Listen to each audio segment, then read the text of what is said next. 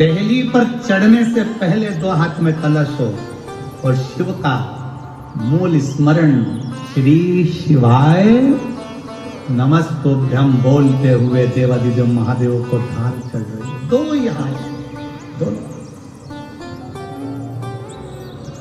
दमयंती और नल ने नियम बना लिया। अब इनको मालूम नहीं पड़ा कि सालों निकल गए, निकलते निकलते इनको नहीं मालूम पड़ा कि मलमास आ गया। और मलमास आया और वो मलमास, वो अधिक मास सावन के महीने में आ गया। संजोग ऐसा बन गया कि मलमास पूरा धीरे धीरे धीरे धीरे करते करते सावन के 15 दिन इधर रह गए, 15 दिन उधर रह गए, बीच में मलमास फंसा था। इस अधिक मास का पूरा महीना निकला, अमावस्या का दिन आ गया और इधर सावन लग रहा था, इधर अमावस्या पड़ गई और दूसरे दिन सावन के 15 दिन पड़ना थे, शिव के दिन पड़ना थे। और शास्त्र कहता है अधिक मास का आखिरी दिन और सावन का महीना वापिस लग रहा हो, उस दिन 33 कोटि देवी देवता भगवान शंकर के मंदिर में खड़े होकर अपनी जिंदगी का सारा पुण्य लगाना चालू कर देते हैं, पूरा पुण्य। अच्छा चलो, तुम लोग यहाँ मैनपुरी में रहते हो तो गिरिराज जी जाते हो? गोवर्धन कौन कौन जाता है? जाते हो आप लोग? तो अगर किए तो वहां पर अमावस्या पूर्णिमा को लोग भंडारा चलाते हैं। चलाते कैसे चलाते? आप लोग तो यही कहते हो ना, कहीं कहीं अमावस्या पूर्णिमा को भंडारा, अमावस्या पूर्णिमा को भंडारा क्यों चलाते हैं? उसका कारण क्या है? इनने कौन सी कथा सुन रखी है कि अमावस्या पूर्णिमा को भंडारा करो? अमावस्या के दिन कोई शंकर का भगत आ गया, कोई शिव का उपासक आ गया, कोई शिव का ओगरदानी का भगत आ गया, कोई नारायण का भगत आ गया, उसको कुछ खिला दो, उसका मुंह झूठा करा दो। आखिर कारण क्या? बड़े बड़े घरों में ब्राह्मण को निमंत्रण दिया जाता है, अमावस्या पंडित जी आ जाना, भोजन कर जाना, पूर्णिमा पंडित जी आ जाना, भोजन कर जाना, पूर्णिमा के दिन कथा कर जाना, अमावस्या के दिन कथा कर जाना। अमावस पूनम का ऐसा योग क्यों बनता है? उसका कारण केवल एक, शिव महापुराण की कथा कर रही है। अमावस्या अधिक मास के 30 दिन पूरे हो रहे हैं। अमावस्या का दिन था, दूसरे दिन सावन का महीना वापिस चालू, श्रावण वापिस चालू होना था। दोनों का जब संजोग होता है, सावन के अधिक मास का जब संजोग होता है, विराम का दिन होता है। आपको कथा में भी पहले कहा, मेहमान तुम्हारे यहाँ रहते हैं, जब तक बच्चों को कुछ नहीं देते हैं। मेहमान जिस दिन जाते हैं 200-500 रुपए बच्चों को दे जाते हैं। अधिक मास का विराम का दिन और सावन का वापिस मध्य का प्रारंभ का दिन वापिस हो जाता है। जब अधिक मास विराम होगा, सावन वापिस चालू होगा, उस दिन 33 कोटि देवता, यक्ष, गंधर्व, देवता, पितर सब उस दिन लुटाते हैं, संपदा देते हैं, बेबकू देते हैं। और उस दिन भूल से भी अगर एक कनेर का फूल शंकर भगवान पर चढ़ जाता है तो जिंदगी का सारा भंडार चढ़ जाता है। एक पुष्प, कनेर देखा है? पंचपुष्प शिव महापुराण की कथा बाकी है पहले, उसमें कनेर के फूल का भी दर्शन कराया था। ये रोड के ज्यादातर लोग ये कनेर का जो फूल है ना रोड के बीच में लगा देते, क्योंकि इसको जानवर भी नहीं खाता, पशु भी नहीं खाता, पक्षी भी नहीं खाता, जहरीला लगता होता, पीले कलर का होता है, लंबा, काम भी कुछ नहीं आता। बस वो कनेर का फूल, और आंधी तूफान पानी गिरता है तो जमीन पर टपक जाता है, ढेर सारे गिर जाते। देखे कि देखे? अरे बोलो तो जम के देखा है ना? उसको बकरी भी नहीं खाए, पशु भी नहीं खाए, पक्षी भी नहीं खाए, जानवर भी नहीं खाए, जहरीला। कनेर का पीला पुष्प भूलवश आज राजा नल और दमयंती जा रहे थे, उनको फूल नहीं मिले, शिव जी को समर्पित करने के लिए कोई पुष्प ना मिला। इनको अंदाजा नहीं है कि आज अधिक मास का विराम है, आज दूसरे दिन सावन का वापिस मिलन है। इनको नहीं ज्ञात था कि 33 कोटि देवता अपना भंडार लुटाने के लिए तैयार रहते हैं। 33 कोटि भूल गए। हमसे लोग कह रहे थे, गुरुजी आपने सीहोर की जो कावड़ यात्रा रखी वो 16 अगस्त को रखी, जिस दिन अधिक मास का विराम है और दूसरे दिन वापिस सावन चालू है। कम से कम संडे को रखना था, रविवार को रखना था, तो लोग ज्यादा आते पहुंचते। हमने कहा हमें लोगों से मतलब नहीं, हमें संजोग से मतलब है। जिस दिन बाबा को जल चढ़ेगा, कनेर का फूल चढ़ेगा, उस दिन बाबा मेरा कुबेर भंडारी कितना दे जाएगा ये किसी को नहीं मालूम। उस दिन लोग आने वाले कावड़ियों को कितना खिलाएंगे और उनको क्या मिलेगा यह अंदाजा नहीं है। उस दिन कांवड़ यात्रा का जल भरकर हमने सीहोर से रखी 10 किलोमीटर की। आपको भी निवेदन है, जो फ्री हो, जो उसके पास समय हो और जिसने जिंदगी में एक बार कुबेरेश्वर बाबा की कांवड़ ना भरी हो, वो 16 अगस्त दिन बुधवार, शायद बुधवार पढ़ना चाहिए। 16 अगस्त को सुबह 9 बजे सीवन मैया का जल लेकर बाबा कुबेर भंडारी को 10 किलोमीटर दूर, सीहोर से 10 किलोमीटर की दूरी पड़ती है, बाबा का भजन करते हुए, नाम जाप करते हुए, दो हाथ में सुंदर, या तो तुम कंधे पर कांवड़ ले लो या हाथ में ले लो या बोतल ले लो, बाबा को समर्पित कर दो। एक कनेर का पुष्प दिल से, जो ये दमयंती और नल की कथा कर रही है, भूलवश चलो, भूलवश अनायास, मालूम नहीं है कि कनेर का पुष्प चढ़ गया। अब इनको पुष्प ना मिला, पुष्प ना मिला, ना मिलने पर इन्होंने देखा मार्ग से जाते जाते इस पुष्प पर ना पक्षी बैठ रहा है, ना पशु बैठ रहा है, ना इसको कोई खा रहा है, ना कोई जान रहा है। पुष्प देखा, कनेर का पुष्प सम्मुख था, और उठाकर उस दमयंती ने अपने पति नल को दिया। नल ने वो पुष्प देव दिव्य महादेव को समर्पित किया।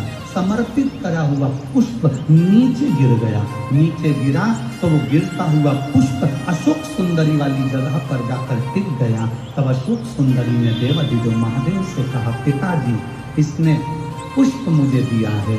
शिव कहते हैं ये पुष्प जो मुझे प्राप्त हुआ था, मैंने तुझे दिया था। ये स्थान देवी का हस्त कमल है। आज का दिन 33 कोटि देवता अपना भंडार, अपना पुण्य मनुष्य को देते हैं, इसलिए आज तुम पुण्य दीजिए। सब देवताओं ने मिलकर जब पुण्य दिया, नल का सड़ता हुआ शरीर, काला पड़ा शरीर, रोग से ग्रसित शरीर नल का ठीक हो गया, और जो पुष्कर ने धन लिया था वो वापिस राजा नल को प्राप्त हो गया। फिर संपदावान, फिर वैभववान, फिर कीर्तिवान हो गया, फिर कीर्तिवान हो गया, फिर वैभववान हो गया।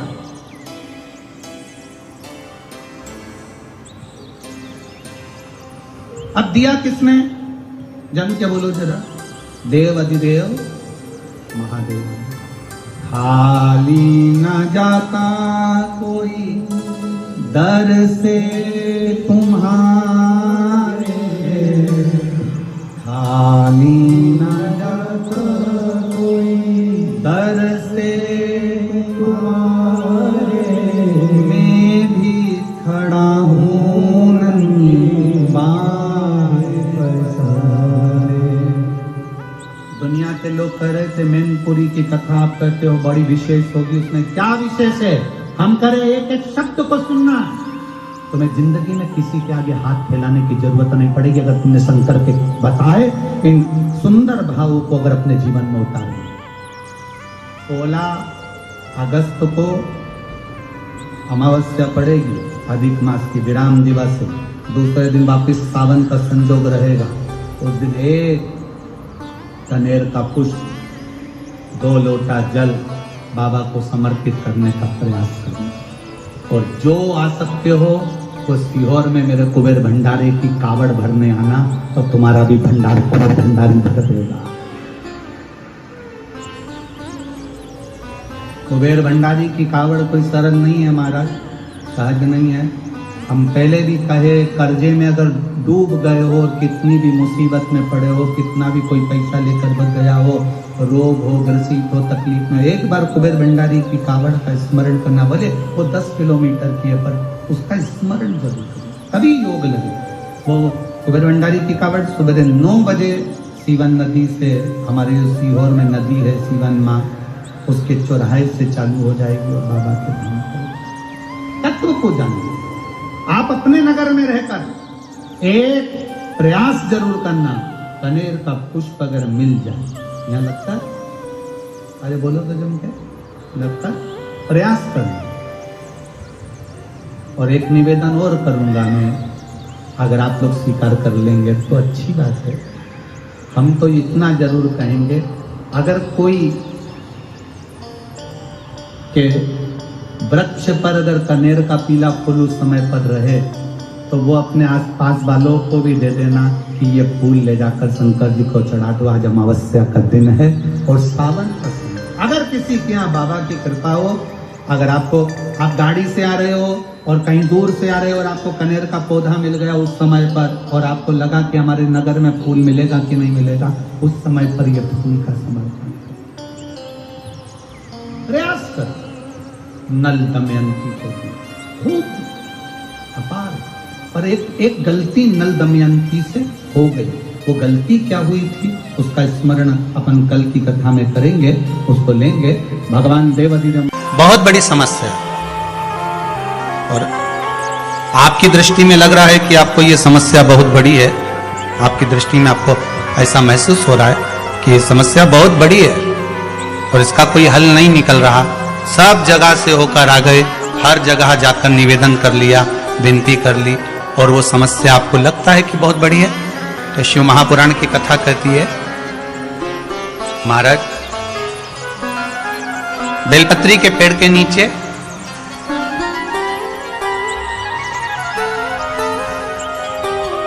एक छोटा सा शिवलिंग का निर्माण करो। काय का निर्माण करना है? शिवलिंग। अब बेलपत्री के पेड़ के नीचे आप अगर सोचो कि भाई मैं ब्राह्मण हूं, सफेद मिट्टी का शिवलिंग बनाना है, क्षत्रिय हूं, लाल मिट्टी का शिवलिंग बनाना है, या वैश्य हूं, पीली मिट्टी का शिवलिंग बनाना है, या शूद्र हूं तो काली मिट्टी का शिवलिंग का निर्माण करना है। शिव महापुराण की कथा कहती है, लिंग पुराण कहती है, नर्मदा पुराण कहती है कि बेलपत्री के पेड़ के नीचे आप जिस शिवलिंग का निर्माण करें उसके लिए आपका वर्ण नहीं देखना, आपको तो बेलपत्री के नीचे की ही मिट्टी ले लेना, फिर वो जिस कलर की।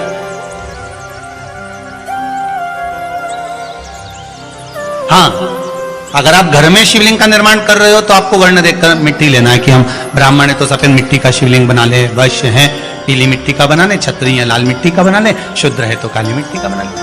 पर अगर कोई समस्या बड़ी विकट है और आपको लगता है कि इसका कोई हल नजर नहीं आ रहा, इसका कोई हल ही नहीं दिख रहा, और ऐसा लग रहा है कि ये उलझते जा रही है गुत्थी, अब सुलझना नहीं है, अब उलझते गए, और लगे कि अब ये सुलझना नहीं है, और अब ये कोई, हमने जितनों को बोला कोई नहीं सुलझा सका, हमने बहुत फोर्स सब लगा लिया। तब एक बेलपत्री के पेड़ के नीचे, या तो सोमवार को, या सोमवार की अष्टमी पड़े उस दिन, या फिर प्रदोष के दिन, प्रदोष काल में, प्रदोष काल शिवलिंग का निर्माण कर लो। और महाराज 5 सफेद फूल, थोड़ी सी काली तिल, एक यज्ञोपवीत, पंचामृत स्नान कराने के बाद बाबा को समर्पित कर कर, बाबा से निवेदन कर कर, घी का दिया लगाकर, विनती कर कर, उस शिवलिंग से निवेदन कर कर बाबा को अर्ध परिक्रमा देना है बेलपत्री। कितनी परिक्रमा देना है? आधी परिक्रमा बेलपत्री की। आधी परिक्रमा कैसे? जैसे शिवलिंग का निर्माण आपने यहां करा तो सामने बैठकर अगर आप उठे हो तो आधा बेलपत्र के पीछे जाना और वापस लौट कर आ जाना, पूर्ण परिक्रमा नहीं, अर्ध परिक्रमा कर कर शिवलिंग को नमन कर कर, दीप जब ठंडा हो जाए शिवलिंग को उठाकर निवेदन कर कर विश्राम कर दीजिए। उस कार्य को बोलकर शिवलिंग को जल में विसर्जन करना। कौन सा कार्य? जो सब दूर से आप हार गए और लगा कि अब इसके सिवाय कोई सार तत्व नहीं है, तब करना ये उपाय, तब करना इस उपाय। बाबा से निवेदन कर कर आओ। मुझे विश्वास है ज्यादा से ज्यादा अगर समय मेरे बाबा ने लिया ना तो 2 महीना, 1.5 महीना, 2.5 महीना, इससे ज्यादा नहीं लेगा। बाबा कार्य सफल कर ही लेगा। विश्वास रखकर शिव की आराधना कर, रुणा सागर शंकर, विश्वास रखकर आपने अगर भाव प्रकट कर, कोई भी उपाय आप कर रहे हैं उसमें आपकी विश्वासता होना चाहिए, उसमें आपका भरोसा होना चाहिए, उसमें आपकी दृढ़ता होना चाहिए।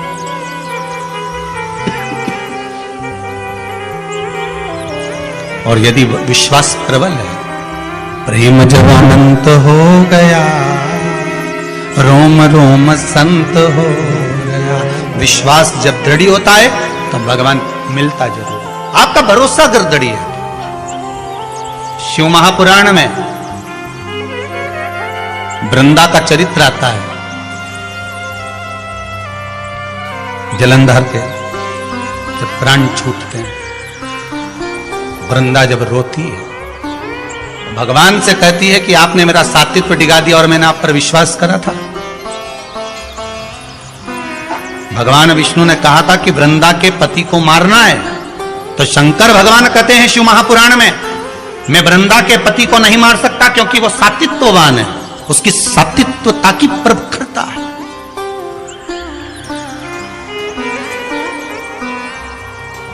और किसी भी रूप में प्रखरता है। अगर आपकी दृढ़ता, आपका विश्वास अगर प्रबल है तो दुनिया में कौन बाल बक्का करेगा। एक माता जी की आदत थी, वो सुबह से उठती थी और जम जम के दरवाजा खोल के चिल्लाना चालू कर देती थी,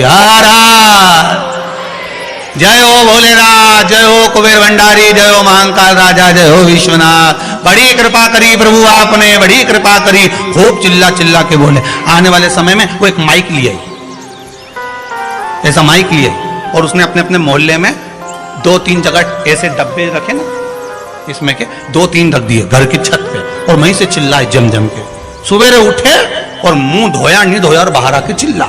अब इसके कारण इसके पास में एक पड़ोसी रहता था, वो कभी भगवान को नहीं मानता था, इतना दुखी हो गया, इतना दुखी हो गया जिसके कारण परेशान हो गया। ये चिल्लाना चालू करे सुबह 5:30-6 बजे से। अब वो बेचारा बड़ा दुखी, किससे कहे, और वो झगड़ा करने आए तो ये लड़ने भी बैठ जाए। और लड़े कैसी, वो चिल्लाए गालियां दे और ये चिल्लाए वाह वाह प्रभु बड़ी कृपा करी। अब उसको और चिढ़ बैठे। बता भगवान, पड़ोसी बड़ा परेशान, कभी भगवान को मानता नहीं था, अगरबत्ती नहीं लगाए, धूप बत्ती नहीं लगाए, कभी दिया नहीं लगाए, कभी भगवान के धोख नहीं लगाए, बड़ा परेशान। अब एक दिन सवेरे सवेरे इसने माइक उठाया और चिल्ला के बोली शिवरात्रि के दिन, भोलेनाथ हर हर महादेव, जय महाकाल राजा, जय विश्वनाथ, बड़ी कृपा करी प्रभु, बड़ी कृपा करी, पर आज घर में खाने का कुछ नहीं है, मैं जा रही मंदिर, भोजन भेज देना भोलेनाथ। ये चली गई। इसके पड़ोसी ने सोचा आज इसको मजा चखाता हूं सही तरह से। वो बाजार गया, आटा चावल दाल शक्कर घी नून मिर्ची सब ले आया, इसके आंगन